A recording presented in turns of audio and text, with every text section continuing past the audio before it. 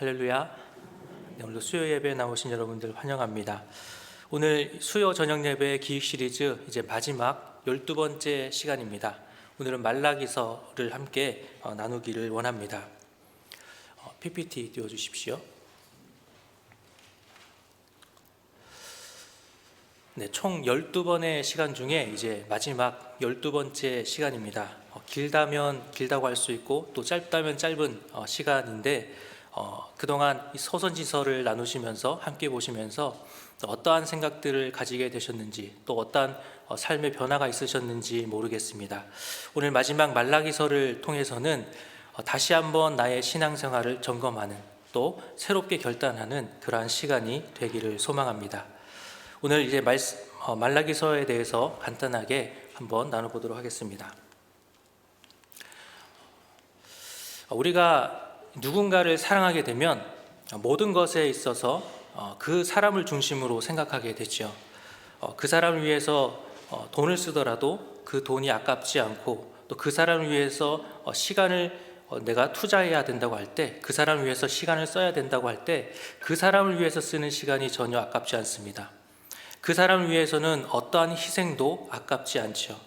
그래서 우리는 사랑하는 가족을 위해서 또 자녀를 위해서 쓰는 그런 돈과 또 시간들, 희생들을 아까워하지 않습니다. 사랑하는 사람을 위해서는 무엇을 써도 아깝지 않기 때문이지요. 오늘 말라기 선지자가 바로 이러한 이야기들을 하고 있습니다.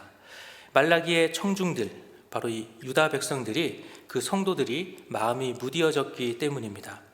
이 죄책감도 없고 아무것도 내키지 않아서 뭔가 하나님을 위한 일, 하나님을 기쁘시게 하는 일을 하고자 하는 그러한 의욕도 없고 또 하나님을 사랑하는 것도 다 잊어버렸습니다.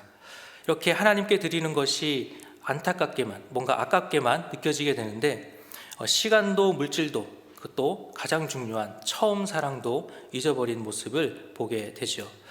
우리가 잘 아시는 것처럼 계시록에 보면 에베소 교회를 향해서 첫사랑에 대해서 말씀하고 있습니다. 너희가 첫사랑을 잊어버렸도다 라고 이렇게 말씀하고 있죠. 뭔가 남녀가 만나서 사랑을 하게 되면 처음에는 너무나 뜨거운데 또 시간이 지나면서 조금씩 식어져 가는 것처럼 느껴지기도 하지요. 바로 이러한 것처럼 하나님을 향한 그 처음의 사랑이, 그 마음들이 또 헌신들이 계속해서 처음과는 달라져 가는 그러한 모습들이 있었다라는 것입니다. 그래서 이 말라기 선지자는 하나님에 대한 이러한 식은 마음들, 또 돌같이 굳어져 버린 이 마음들에 대해서 그 마음을 다시 깨고 하나님께로 다시 나아오라고 호소하고 있는 것이죠. 말라기는 구약의 마지막 책입니다. 또 오늘 함께 나눠볼 소선지서의 마지막 책이기도 합니다. 구약이 전체 장수가 929장이라고 하는데 23,414절, 굉장히 많죠. 이 많은 성경들 중에 제일 마지막을 차지하고 있습니다. 이 바벨론의 탈무드라는 것이 있습니다. 이제 포로로 이렇게 바벨론으로 간 이후에 유대인들이 쓴 탈무드이겠지요. 이 탈무드에 보면 학개와 스가랴, 말라기 선지자가 죽은 후에 성령께서 이스라엘을 떠났다라고 기록하고 있다라고 합니다. 이 포로 이후에 기한한 이후에 활동한 선지자들 중에 이 세 명의 선지자가 얼마나 중요하게 여겨졌는가라는 것을 우리가 알 수 있는 것이지요. 그리고 이 말라기 선지자로부터 활동이 끝나고 이 400년 이후에 드디어 예수 그리스도께서 이 땅에 오시게 됩니다. 그 400년의 기간을 우리는 침묵기라고 이야기하지요. 하나님께서 공식적으로 어떤 구속 사역을 위하여서 선지자를 보내지 않으신 그러한 시간입니다. 아무런 말씀을 주지 않으셨고 아무런 성경도 기록되지 않았던 그 시기였습니다. 그렇다고 한다면 오늘 나누게 될 이 말라기서가 얼마나 중요한지 우리는 다시 한번 생각해 볼 수 있을 것입니다. 자, 이제 말라기를 함께 나눠보려고 하는데 말라기의 저자가 누구인가 아마 알려드리지 않아도 다 알고 계실 것입니다. 1장 1절에서 말라기의 저자가 바로 말라기다라는 것을 밝혀주고 있지요. 1장 1절에 이렇게 말씀합니다. 제가 읽어드리겠습니다. 여호와께서 말라기를 통하여 이스라엘에게 말씀하신 경고라 라고 1장 1절 말씀을 시작하고 있습니다. 여기서 경고라고 하는 이 말은 원어적으로는 짐이라고 하는 의미도 함께 있습니다. 말라기 선지자뿐만 아니라 다른 모든 선지자들이 그러했을 것입니다. 하나님의 뜻을 전해야 하는 선지자로서 자신이 해야 하는 이 일이 굉장히 부담이 되고 짐처럼 느껴지기도 했을 것입니다. 이 말라기 선지자 역시 같은 시대적 상황에 있었는데 그 시대적 상황이 어떠했는지는 우리가 말씀을 같이 나누면서 보시게 되겠습니다. 이 말라기는 제가 나눠드린 프린트물에는 지금 제가 잘못 나갔는데 지난번 제가 나눠드렸던 그 프린트 내용이 지워지지 않아서 그대로 나갔습니다. 지금 한 장 넘겨 주십시오.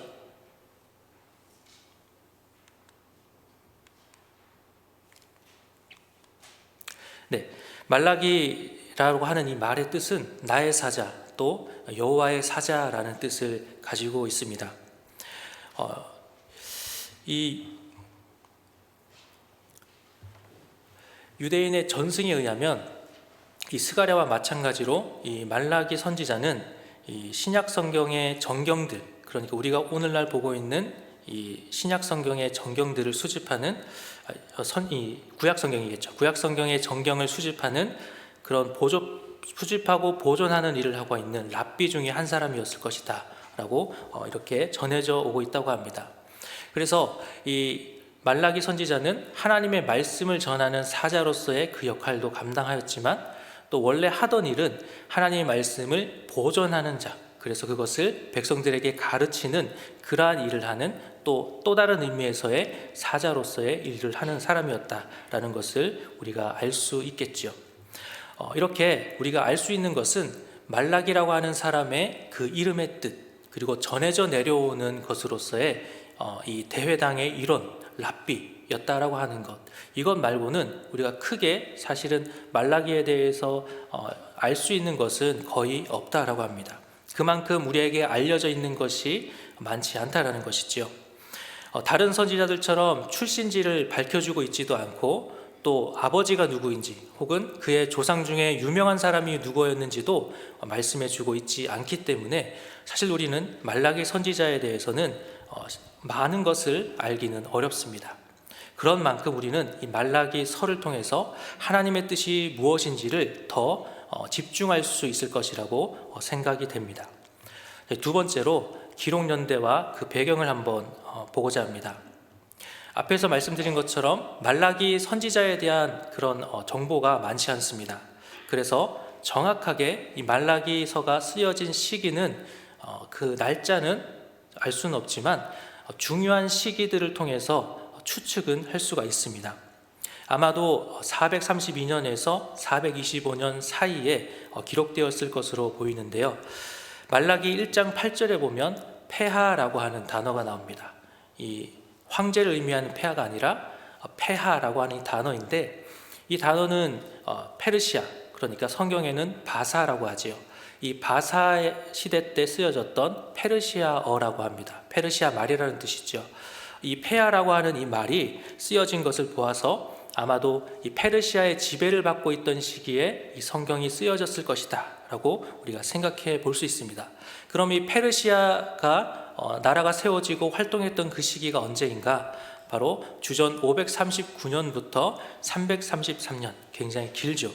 근데 이 기간 중에 우리가 다시 시기를 좁힐 수가 있습니다. 바로 성전이 재건되었, 이 말씀들을 통해서 성전이 지어진 이후의 시기다라는 것을 우리가 확인할 수 있는데, 같은 시기에 쓰여졌다라고 볼 수 있는 이 느헤미야, 왜 느헤미야가 같은 시기에 쓰여졌느냐? 느헤미야에도 앞에서 본 것처럼 폐하라고 하는 단어가 나옵니다. 그래서 이 함께 페르시아의 지배를 받고 있었던 그 시대다, 동시대다라고 우리가 생각해 볼 수 있는 것이죠. 이 느헤미야에서 확인할 수 있는 것도 바로 오늘 이 말라기서에서도 확인할 수 있는 것이 바로 성전이 재건되었다라는 것이죠. 바벨론의 포로로 건너간 이후에 기환했을 때 성전을 다시 짓게 되지 않습니까? 그 성전이 다 지어진 이후다라는 것을 우리는 이 말씀 속에서 확인할 수 있기 때문에 그 시기, 성전을 재건한 시기가 BC 520년에서 516년, 이 사이였기 때문에 아마도 516년 이후에 지어졌을 것이다, 이 성경이 쓰였을 것이다 라고 우리가 생각해 볼 수 있다라는 것입니다. 그리고 세 번째는 이 이방 여인에 대한 이 말씀 중에 이방 여인과 결혼하는 이 문제에 대해서 책망하는 그러한 모습들이 있습니다. 느헤미야 역시 느헤미야 시대에도 이러한 이방 여인과의 결혼을 책망하는 그러한 말씀들이 있게 되는데요. 느헤미야는 이 주전 444년에 예루살렘으로 왔다가 다시 432년에 돌아가게 됩니다. 그리고 이후에 425년에 다시 예루살렘으로 돌아오게 됐죠. 다시 돌아온 이때 이 이방 여인들과의 결혼에 대해서 느헤미야가 문제를 다루게 되는데요. 따라서 느헤미야가 다시 돌아온 이후에 그때 기록되었지 않겠느냐라고 우리가 추측해 볼 수가 있겠죠. 그래서 우리가 이 시기들을 다 하나하나 대조해 보았을 때 마지막 주전 432년에서 425년 사이에 이 말라기서가 기록되었을 것이다 라고 우리가 추정할 수 있습니다. 그러면 이 말라기서의 특징은 무엇인가? 우리 몇 가지만 나눠보면 말라기서는 전체 4장까지 있고 전체 절수가 55절입니다. 생각보다 짧죠. 그런데 이 55절 중에 만군의 여호와가 이르노라 라고 하는 이 표현이 굉장히 많이 나옵니다. 그중 55절 중에 20회에 걸쳐서 만군의 여호와가 이르노라 라고 말씀하고 있습니다. 그래서 이 말라기서는 하나님의 말씀, 그 말씀의 권위의 기초에서 쓰여진 성경이다 라는 것을 우리가 생각해 볼 수 있을 것입니다. 또 전체 55절이라고 했는데 그 중에서 이스라엘을 향한 하나님의 말씀, 하나님이 말씀하시는 그 구절이 47번이 기록되었다라고 합니다. 그래서 모든 예언서 중에서 가장 높은 비율이고 이 대부분의 말씀이 하나님의 말씀을 그대로 전하고 있다라고 우리가 생각해 볼 수 있습니다. 그리고 마지막 세 번째는 굉장히 중요한데 이 말라기서 전체 내용들을 보게 되면 총 이스라엘 백성들이 하나님을 향하여서 던지는 질문들, 이 질문들의 내용들이 총 7가지가 나오게 되는데 이외에도 더 있지만 중요한 포인트마다 이 7가지의 질문들이 이스라엘 백성들이 하게 되고 그것에 대해서 하나님이 이 대답하는 형식으로, 이러한 형식대로 질문과 대답 형식으로 이렇게 말씀이 이어진다라는 것입니다. 그래서 이 질문들을 보면 아시겠지만 대부분이 이스라엘 백성들이 하나님을 향해서 질문을 던지는데 그 질문이 굉장히 어떤 불만 어린 질문들, 자신은 지금 만족하지 못하고 또 자기는 인정하지 못하는 그러한 마음에서 나오는 질문들이다라는 것을 우리는 확인해 볼 수가 있습니다. 이 세 가지의 특징을 한번 생각해 보시고 마음에 담으시고 말씀을 전체적인 구조를 한번 보도록 하겠습니다. 이 말라기서의 전체적인 구조는 크게는 세 가지로 나눌 수가 있습니다. 1장 1절부터 5절, 그리고 1장 6절부터 3장 15절, 그리고 3장 16절부터 4장 6절, 이렇게 크게 세 가지로 나누실 수가 있는데 첫 번째는 이 하나님의 사랑, 그리고 두 번째는 하나님의 책망, 그리고 세 번째는 하나님의 약속. 아마 우리가 이전까지 나누었던 이 소선지서와 거의 비슷한 이 구조인 것을 우리가 확인할 수가 있죠. 무엇을 잘못했고 심판할 것이다. 그리고 마지막에는 회복에 대해서 말씀하고 있는 것, 큰 틀을 벗어나지 않고 있습니다. 자, 우리 첫 번째부터 조금 약간 자세하게 한번 나눠보도록 하겠습니다. 첫 번째는 민족을 향한 하나님의 사랑입니다. 이제 이스라엘을 향해서 하나님이 경고로 시작하시게 되겠지요. 말라기서 1장 2절 말씀을 보면 이렇게 말씀합니다. 함께 읽어보시겠습니다. 시작.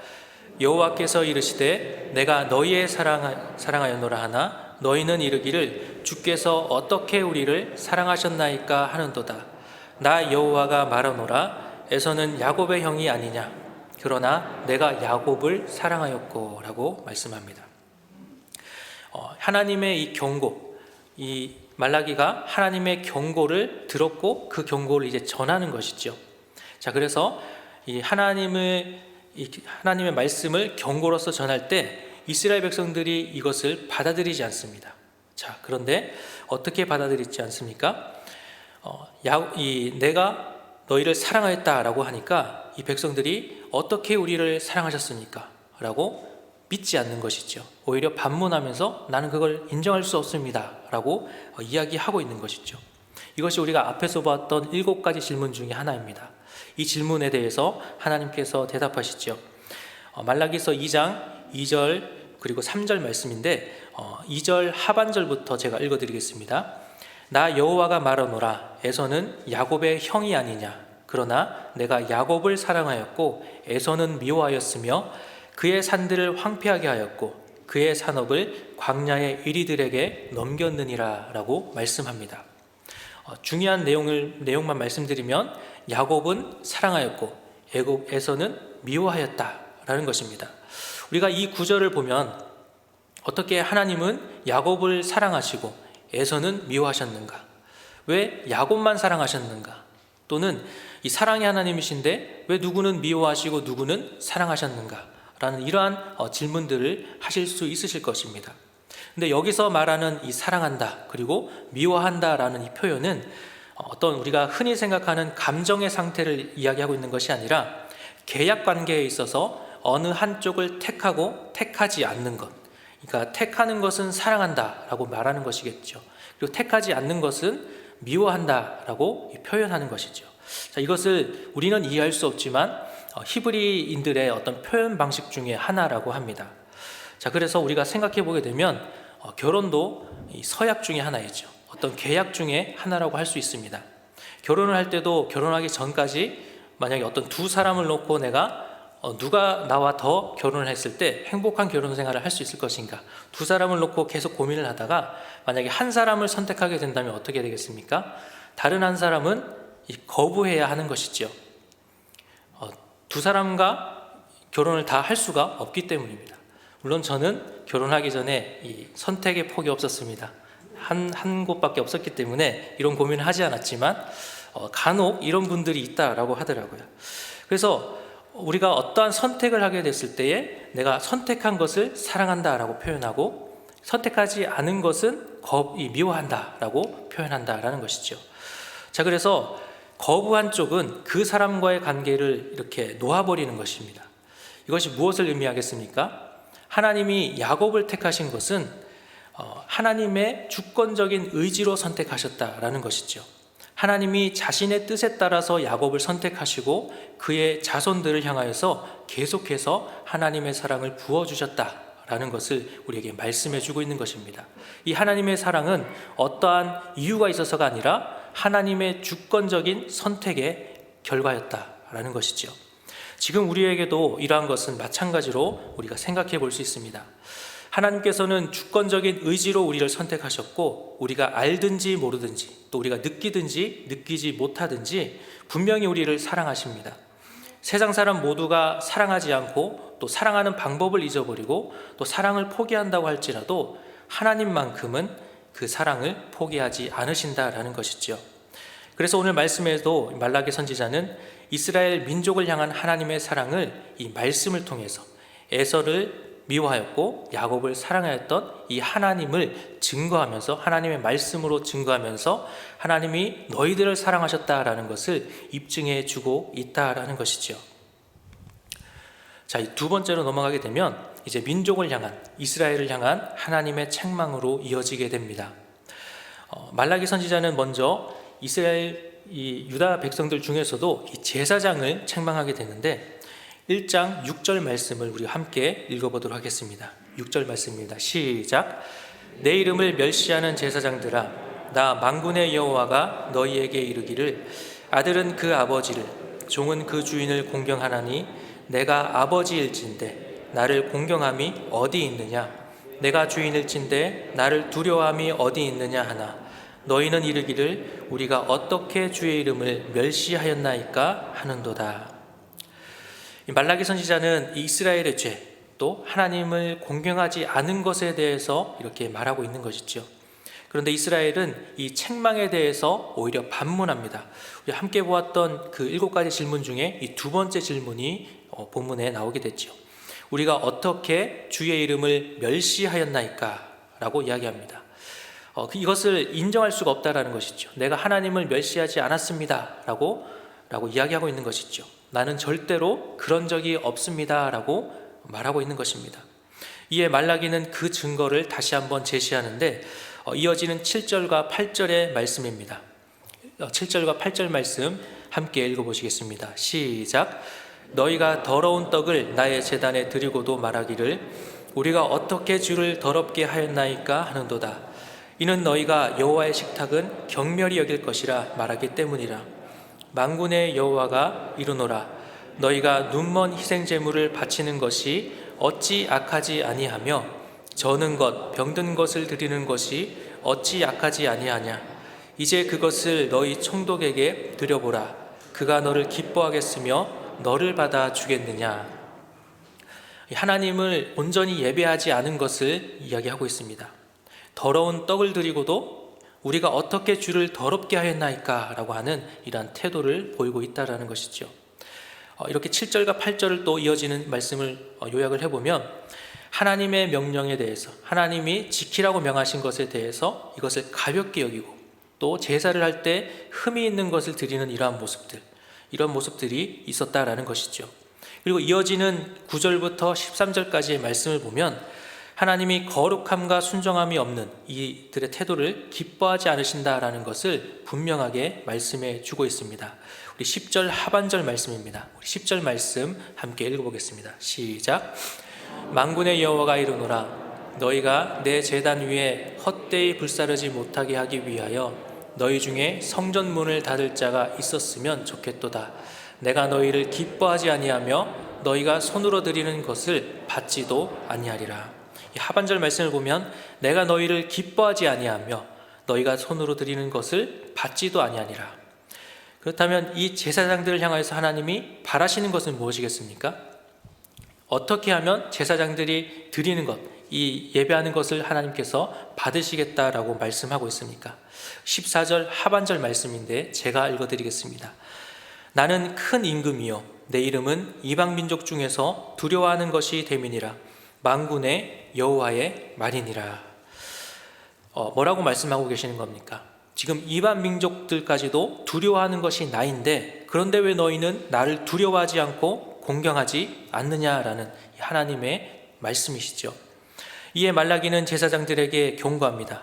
2장 1절부터 3절까지의 이 내용을 보면 제사장들이 하나님을 영화롭게 하지 않으면 저주를 내리겠다라고 경고하고 있습니다. 그리고 이어지는 4절부터 이 7절 말씀까지 해서는 하나님께서 이 제사장들에게 주셨던 그 사명에 대한 책임감에 대해서 강조하는 것을 우리가 보게 되죠. 말라기서 2장 7절 말씀입니다. 함께 읽어보시겠습니다. 제사장의 입술은 지식을 지켜야 하겠고 사람들은 그의 입에서 율법을 구하게 되어야 할 것이니 제사장은 만군의 여호와의 사자가 됨이거늘. 입술은 지식을 지켜야 하고 사람들은 그 입에서 율법을 구하게 되어야 할 것이니, 그러니까 하나님에 대한 이 지식, 하나님에 대한 이 말씀들을 이 백성들에게 잘 가르쳐야 된다라는 것이죠. 그래서 제사장은 하나님의 사자가 된다라는 것이죠. 자, 그런데 하나님 말씀을 가르치고 백성들에게 진리로 이끌어야 할, 인도해야 할 책임이 있는 이 제사장들이 오히려 자신들의 사명과 이 책임감을 망각하고 있었다라는 것을 우리는 확인할 수 있습니다. 이에 하나님께서는 8절에서 너희가 레위의 언약을 깨뜨렸다라고 말씀합니다. 그래서 그렇기 때문에 너희는 심판을 받을 것이다 라고 말씀하고 있는 것이죠. 이렇게 먼저 제사장, 이 지도자들을 향하여서 하나님께서 책망하신 이후에 이제 백성들을 향하여서 책망하는 것을 보게 됩니다. 이 백성들을 향한 책망은 크게 세 가지로 우리가 나눌 수 있습니다. 첫 번째는 하나님의 백성답게, 이 언약 백성답게 살아라라는 내용입니다. 2장 10절에서는 이 같은 형제들에게 거짓을 행한 것에 대해서 책망하고 있고, 또 11절과 12절에서는 이 결혼에 대한 문제를 말씀합니다. 우리가 알고 있는 것처럼 유대인들은 이방인과 결혼이 금지되어 있죠. 같은 민족끼리 결혼을 해야 했습니다. 왜냐하면 이 하나님의 언약 백성으로서 그 언약을 잘 지켜나가기 위해서는 다른 이방 민족과 결혼을 할 수가 없었기 때문이죠. 우리는 이스라엘의 역사를 통하여서 이방인들과 결혼하게 되었을 때에 어떠한 일들이 일어난지를 우리는 계속 보아왔습니다. 이방인들의 섬기는 그 우상들의 예배 문화들이 이스라엘에 들어오게 되고, 또 그 아주 좋지 못한 것들이 이스라엘 백성들이 하게 됨으로 해서 점점점 죄의 모습으로 또 타락하게 되는 그런 모습들을 우리는 보게 되는 것이죠. 그래서 이 이방인들과의 결혼을 금하는 것을 우리는 알고 있습니다. 하지만 그럼에도 불구하고 지금 이 시대에 이방인들과의 결혼하는 이러한 일들이 계속해서 있어 왔다라는 것을 보게 되는 것이죠. 이방인들과의 결혼을 하기 위해서 또 어떤 문제가 생겨지게 되냐면 바로 이혼에 대한 문제도 생겨나게 됩니다. 말라기서 2장 14절 말씀입니다. 우리 함께 읽어보도록 하겠습니다. 시작. 너희는 이르기를 하는도다. 이는 너와 내가 어려서 맞이한 아내 사이에 여호와께서 증인이 되시기 때문이라. 그는 내 짝이요 너와 서약한 아내로 돼 내가 그에게 거짓을 행하였도다. 우리 앞에서 말씀드렸던 것처럼 결혼도 어떻게 보면 서약에 기초한 것이죠. 사랑하기 때문에 결혼을 하는 것이지만 결혼을 함으로써 갖게 되는 어떤 의무와 책임이라는 것이 있습니다. 그리고 이 의무와 책임에 대하여서 우리는 지켜야 할 또 그러한 의무도 있죠. 그래서 이 의무와 책임을 지키기로 서약할 때 바로 이 결혼이 성립되게 됩니다. 따라서 이 서약을 어긴다라는 것은 이 배우자를 배신하는 것뿐만 아니라 그 결혼을 서약할 때 함께 계셨던 증인이신 하나님을 저버리는 일이기도 하다라는 것을 우리는 기억해야 합니다. 때문에 이 당시에 일어나고 있던 이 문제들은 어떠한 문제들이 있었냐면, 어릴 때에는 같은 이스라엘 백성들끼리 결혼을 했는데 나중에 이방 여인과 결혼을 하기 위하여서 이 이스라엘 이 아내를 버리려고 하는 이러한 모습들이 있었다라는 것이죠. 그런데 하나님께서는 이스라엘 여인과 이혼하고 나서 아무리 거짓으로 눈물을 흘린다 한들, 또 아무리 많은 헌물을 바친다고 한들 하나님께서 그것을 받지 않으시겠다라고 말씀하고 있습니다. 16절 말씀해 보면 제가 읽어드리겠습니다. 이스라엘의 하나님 여호와가 이르노니 나는 이혼하는 것과 옷으로 학대를 가리는 자를 미워하노라. 만군의 여호와의 말이니라. 그러므로 너희 심령을 삼가 지켜 거짓을 행하지 말지니라 라고 말씀합니다. 우리가 이혼하는 것과 또 옷으로 학대를 가리는 것, 이 두 가지를 이해해야 하는데, 이혼하는 것이라는 것은 우리가 다 알고 있을 것입니다. 여기서 옷으로 학대를 가리는 자라는 것은 결혼을 약속하고 그것을 파기하는 것을 의미합니다. 그래서 하나님은 결혼에 대한 서약을 굉장히 중요하게 보고 계신다라는 것을 우리는 생각해 보아야 하고, 또 그것을 저버리게 되었을 때에도 하나님께서 기뻐하지 않으신다라는 것을 우리는 반드시 기억해야 할 것입니다. 자, 이렇게 처음에는 이 거짓에 대해서 말씀하고 그 다음에 결혼에 대해서 말씀했습니다. 그리고 마지막 16절에는 하반절에는 다시 한번 거짓에 대한 말씀으로 이어지게 됩니다. 여기서 거짓을 행하지 말지니라 라고 말씀하고 있는데, 이 거짓을 행하다라고 하는 이 말이 2장에서만 5번이 언급됩니다. 1절부터 16절까지 5번이 언급되는데, 이 거짓을 행하다라는 뜻의 이 원어적인 원래 뜻은 무엇인가를 이렇게 덮다, 또 씌워버리다 라는 그런 의미를 가지고 있습니다. 그래서 이것은 어떤 거짓을 행할 때, 속임수를 쓸 때, 다른 사람을 속이고자 할 때 이러한 표현을 사용한다라는 것이죠. 어떤 모든 사람과의 관계 속에서 그 신뢰를 깨트리기 위해서 내가 하는 잘못된 행동들, 또 불성실한 행동들, 그러한 모든 것들을 의미한다라는 것을 말씀하고 있습니다. 그래서 하나님께서는 이 백성들을 향하여서 거짓과 또 결혼에 대한 문제, 그리고 이방인들과의 결혼에 대한 문제, 이방인들과 결혼을 하기 위해서 하나님 앞에서 했던 이 서약을 깨트리는 문제에 대해서 책망하고 계신다라는 것입니다. 그리고 두 번째는 이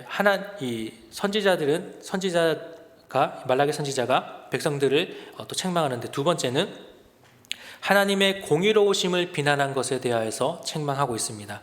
2장 17절부터 3장 6절까지의 말씀입니다. 17절 말씀을 우리가 같이 한번 2장 17절 말씀 읽어보도록 하겠습니다. 시작.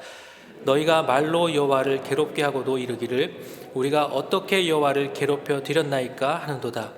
이는 너희가 말하기를 모든 악을 행하는 자는 여호와의 눈에 좋게 보이며 그에게 기쁨이 된다 하며 또 말하기를 정의의 하나님이 어디 계시냐 함이니라. 자, 백성들이 말로 하나님을 괴롭게 하고도 우리가 어떻게 여호와를 괴롭혀 드렸나이까 라고 말하고 있습니다.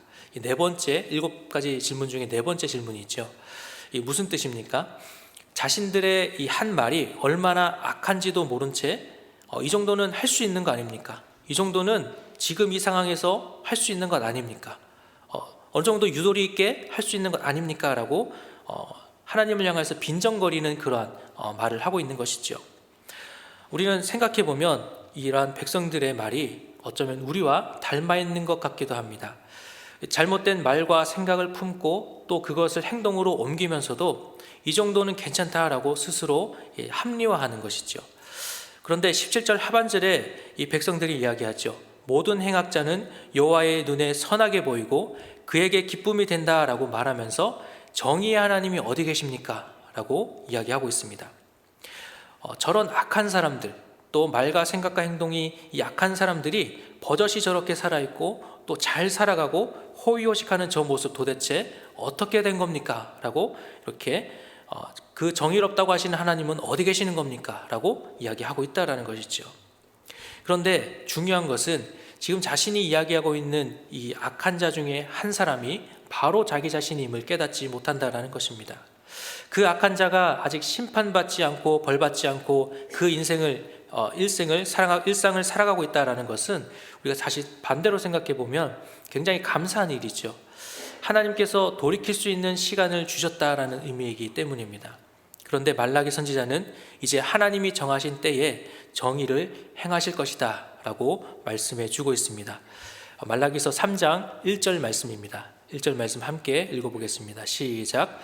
만군의 여호와가 이르노라. 보라, 내가 내 사자를 보내리니 그가 내 앞에서 길을 준비할 것이요 또 너희가 구하는 바 주가 갑자기 그의 성전에 임하시리니 곧 너희가 사모하는 바 언약의 사자가 임하실 것이라. 정의의 하나님 도대체 어디 계십니까? 라고 하는 백성들의 질문에 말라기는 다가올 심판에 대해서 오히려 이야기하고 있습니다. 하나님께서 이 내 사자를 보내셔서 그 길을 준비하신다라고 말씀하고 있죠. 여기서 말하는 사자는 세례 요한을 뜻합니다. 그리고 또 다른 사자가 등장하지요. 언약의 사자, 바로 예수 그리스도이지요. 너희가 사모하는 바 언약의 사자가 임한다라고 말씀해 주고 있습니다. 너희들이 정의 하나님 도대체 어디에 계십니까? 라고 말하고 있지만 그 하나님께서 이제 사자를 보내셔서 이제 정의를 행하실 것이다. 준비해라 라고 말씀하고 있는 것이죠. 이렇게 백성들을 향한 책망을 우리가 두 가지 나눠봤는데 마지막 남은 한 가지 하나님의 규례를 지켜라 라고 하는 내용을 함께 나눠보겠습니다. 3장 7절에 보면 하나님께서 이 규례를 지키지 않았다라는 것을 말씀하시면서 내게로 다시 돌아오라. 그리하면 나도 너희에게 다시 돌아가겠다라고 말씀하고 있습니다. 이에 백성들은 또다시 질문합니다.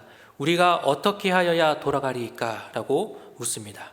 이에 대한 대답 말라기 3장 8절 말씀입니다. 함께 읽어보겠습니다. 시작.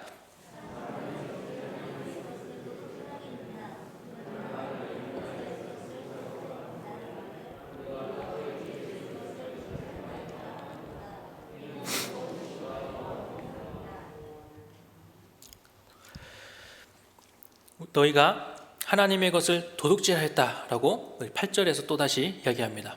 어떻게 보면 이 말이 이어지지 않는 것 같지만 우리가 이 내용들을 보게 되면 이어지는 내용들을 보게 되면 하나님이 왜 이렇게 말씀하시는지를 우리가 알 수 있습니다. 하나님이 너희가 도둑질하였다라고 말씀하는데 다시 한번 백성들이 묻지요. 우리가 어떻게 주의 것을 도둑질하였습니까? 라고 묻습니다. 이들이 백성들이 도둑질한 것이 무엇이었습니까? 말씀해 보면 바로 11조와 봉헌물이지요. 11조는 우리가 오늘 새벽에도 함께 나누었던 것처럼 이 제사장들과 레위 지파 사람들을 부양하기 위해서 드려지는 것이었습니다. 또 이 봉헌물은 아마도 이 제사장들에게 정해진 재물을 나눠주는 그 재물을 가리키는 것으로 보입니다. 우리가 알고 있듯이 구약에서의 성전은 의미는 하나님의 집이죠. 그래서 이 하나님의 집을 위해서 일하는 사람들, 이 제사장과 레위인들입니다. 이 사람들을 지원하지 않는 것은 하나님의 것을 도둑질하는 행위다라고 말하고 있습니다. 우리 10절과 15절 말씀, 이어지는 말씀들을 보게 되면 이 백성들이 온전한 11조를 드릴 때에 하나님께서 복을 부어주실 것이다 라고 약속하고 있는데, 그 중에 10절 말씀을 우리가 함께 읽어보도록 하겠습니다. 시작. 만군의 여호와가 이르노라. 너희의 온전한 11조를 창고에 들여 나의 집에 양식이 있게 하고 그것으로 나를 시험하여 내가 하늘 문을 열고 너희에게 복을 쌓을 곳이 없도록 붙지 아니하나 보라 라고 말씀해 주고 있습니다. 자, 이제 하나님께서는 이 제사장과 백성들을 향한 이 책망 이후에 마지막 이제 하나님의 약속을 우리에게 보여주십니다. 하나님을 경외하는 자에게 특별한 복을 주시겠다라고 말씀하시는데, 16절에서는 하나님을 경외하는 자에게 그분의 기념책에 기록하겠다라고 말씀하고 있고, 17절, 18절에서는 하나님을 경외하는 자에게 여호와의 날에 특별한 소유가 되게 하시겠다라고 말씀해 주고 있습니다.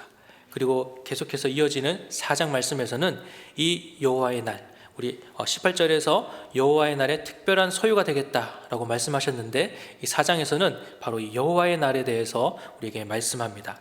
말라기 4장 2절 말씀을 우리 함께 읽어보도록 하겠습니다. 시작.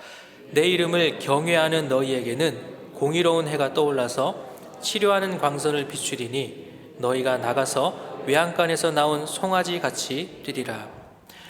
이 말씀은 우리가 사실 자주 인용하는 말씀이기도 하지요. 여기서 광선이라고 하는 말은 이 원어적인 원래의 의미는 날개라는 의미를 가지고 있습니다.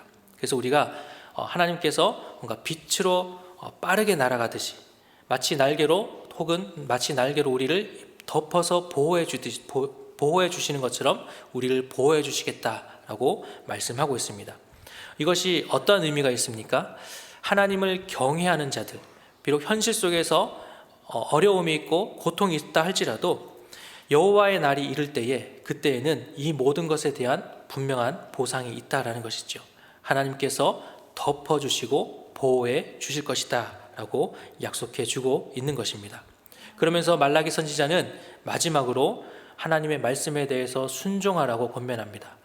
하나님을 경외할 때에 마지막 날에 여호와의 날에 하나님께서 날개를 덮어서 보호해 주시겠지만, 순종하지 않으면 너희가 어떻게 될 것인지 마지막에 말씀해 주고 있습니다. 4장 6절 말씀입니다. 우리 함께 읽어보도록 하겠습니다. 시작. 그가 아버지의 마음을 자녀에게로 돌이키게 하고 자녀들의 마음을 그들의 아버지에게로 돌이키게 하리라. 돌이키지 아니하면 두렵건대 내가 와서 저주로 그 땅을 칠까 하노라 하시니라. 아멘. 이제 우리가 굉장히 좀 내용이 많아서 제가 말을 좀 빨리 했는데 그런데도 좀 시간이 많이 지나가긴 했습니다. 1장부터 4장까지의 이 전체적인 말씀을 보게 되면 다른 선지서와 똑같이 하나님께서 이스라엘, 지금 유다 백성들이 있죠. 유다 백성들이 무엇을 잘못하였는지를 그 시대의 상황에 맞춰서 말씀해 주시고 또 책망하고 있습니다. 그리고 돌이키라고 말씀하고 있죠. 그리고 돌이키게 될 때 너에게 어떠한 복이 있을지도 말씀하고 있고, 내가 이렇게 말을 했는데도 불구하고 너희가 말씀에 순종하지 않을 때는 너희가 마지막에 어떤 일이 있을 것인지 다시 한번 4장 6절 마지막에서 말씀해 주고 있습니다. 여러분들, 우리가 소선지서를 계속해서 나누면서 이러한 내용이 계속해서 반복된다라고 제가 여러 번 말씀을 드렸습니다. 이 말씀을 계속 들으면서 어떠한 생각들을 하시게 됩니까? 선지자들이 어떻게 보면 시기도 겹칠 때가 있었고, 또 활동을 하다가 다른 선지자가 나오고 또 다른 선지자가 나오고, 자, 그런데 우리가 시기적으로 보게 되면 거의 이 공백기가 없습니다. 하나님께서는 계속해서 선지자들을 보내주셨다라는 것이죠. 이것은 무엇을 의미하겠습니까? 앞에서 나눴던 것처럼 에서는 미워하되 야곱은 사랑하셨던 것처럼 하나님께서는 하나님의 백성들을 주권적으로 선택하시고 그 백성들을 계속해서 돌이키게 하시기 위해서 선지자들을 계속해서 보내셨다라는 것이죠. 선지자들을 계속 보내셨다라는 것은 그만큼 이 이스라엘 백성들이 하나님의 언약 백성으로서 하나님의 사랑 안에 계속 있었다라는 것을 우리는 다시 생각해 볼 수 있습니다. 하나님은 계속해서 이스라엘 백성들이 돌이키기를 바라시면서 하나님의 말씀을 계속해서 선포하셨습니다. 그럼에도 불구하고 결국 그 마지막이 어떠하게 되었는지는 우리는 잘 알고 있죠. 그렇게 침묵의 400년이 지나고 나서 이제는 선지자가 아니라 바로 하나님의 아들이신 그분을 이 땅에 보내주셨습니다. 계속해서 말을 했음에도 불구하고 돌이키지 않을 때, 저도 요즘 가끔씩 느끼는데 시우가 제가 아무리 이야기를 해도 말을 듣지 않을 때, 물론 혼도 내지만 잘 되길 바라는 마음에서 계속해서 이야기하는 것이지 않습니까? 그런데도 불구하고 이 행동이 고쳐지지 않을 때 그 마음이 얼마나 답답하고 안타까운지 조금은 이제 알 것 같은데요. 아마 하나님께서는 계속해서 선지자들을 보내셨던 그 마음이 얼마나 답답하셨을지, 얼마나 그 마음 가운데 아픔이 있으셨을지를 생각해 보게 되는 것 같습니다. 그렇게 계속해서 보내시고 그럼에도 이스라엘 백성들은 돌이키지 아니하였고 이제 하나님께서는 자신의 아들을 이 땅에 보내셨다라는 것이죠. 그 아들을 보내시면서까지 우리를 돌이키게 하시고자 하셨던 그 하나님의 사랑에 대해서 우리는 다시 한번 생각해 보았으면 좋겠습니다. 오늘 말라기서를 통해서 우리에게 어떠한 메시지를 나눠주는지 전체적인 내용을 가지고 한번 보면, 첫 번째는 우리가 과연 진정성 있는 예배를 드리고 있는가라는 것입니다. 앞부분에서 이 말라기 선지자가 이 백성들에 대해서 책망할 때 일반 백성이 아니라 먼저 제사장을 책망하였습니다. 그러면서 예배에 대한 잘못된 부분들을 이야기하고 있죠. 우리가 하나님께 오늘날 드리는 이 예배의 모습들에 대해서 한번 생각해 보기를 원합니다. 우리가 주일마다, 수요일마다, 금요일마다, 또 매일 새벽마다 습관처럼 또 아무 의식 없이 예배를 드리고 있지는 않으십니까? 하나님을 공경하는 마음으로 최선을 다해서 그 예배를 섬기고 계십니까? 우리가 오늘 말씀을 통하여서 하나님과의 관계를 다시 점검하고 또 영과 진리로 예배하는 우리 모두가 되기를 소망합니다. 두 번째는 공동체 안에 속한 이 성도들을 정직과 신실함으로 대하고 있는가라는 것입니다. 말라기 선지자가 이야기할 때 처음에 거짓에 대해서 이야기했었죠. 여러 차례 이 거짓에 대해서 책망하고 있는데 같은 언약 백성들 안에서도 거짓이 있었다라는 것입니다. 이 세상에서도 마찬가지이지만 우리가 교회 안에서도 정직과 신실함으로 우리 믿음의 형제자매인 우리 형제자매들을 함께 신실함으로 바라보아야 할 것입니다. 세 번째는 배우자를 신실함으로 대하고 있는가라는 것이죠. 이 거짓에 대해서 이야기하고 나서 이제 결혼에 대해서 또 책망하고 있었습니다. 결혼을 했음에도 불구하고 이방 여인과 결혼하기 위해서 헤어지려고 하는 이런 모습들, 또 파혼하는 모습들, 이에 대해서 책망하였는데, 결혼을 할 때 했던 이 혼인 서약을 다시 생각해 보면서 오늘 우리도 하나님 앞에서 약속하였던 이 서약하였던 것들, 배우자에게 해야 할 의무와 책임, 그런 것들을 다시 한번 생각해 보며 다짐하는 오늘 이 시간이 되기를 소망합니다. 마지막 네 번째입니다. 하나님을 섬기는 일에 감사하며 감사의 고백으로 헌금을 드리고 있는가라는 것입니다. 오늘 우리가 여러 가지 모양으로 우리는 하나님께 예배하고 또 여러 가지 모습으로 하나님을 섬기고 있습니다. 이 하나님을 섬길 때의 나의 모습은 어떠한지를 우리가 한번 생각해 보기를 원합니다. 여러 가지 모습이 있고 또 여러 가지 이런 섬기는 영역들이 있겠지만, 그러나 어떠한 것이든지 무엇보다 가장 중요한 것은 우리 4장에서 계속해서 언급했던 것처럼 하나님을 경외하는 마음일 것입니다. 하나님을 너무나 사랑하고 다른 한편으로는 하나님을 두려워할 줄 아는 그 마음이 있다면 우리가 어떠한 모습으로 섬기든지 하나님을 향하여서 감사하며 신실하게 섬길 수 있을 줄 믿습니다. 또 그 감사의 고백으로 드리는 헌금 역시도 우리가 다시 한번 생각해보는 이 시간이 되기를 소망합니다. 오늘 말씀 다시 한번 생각해 보면서 나는 어떠한 모습으로 새롭게 하나님을 또 섬기며 나아가야 할지, 그런 모습들을 다시 한번 생각해 보는 오늘 이 시간이 되기를 소망합니다. 제가 기도하겠습니다. 사랑과 은혜가 충만하신 하나님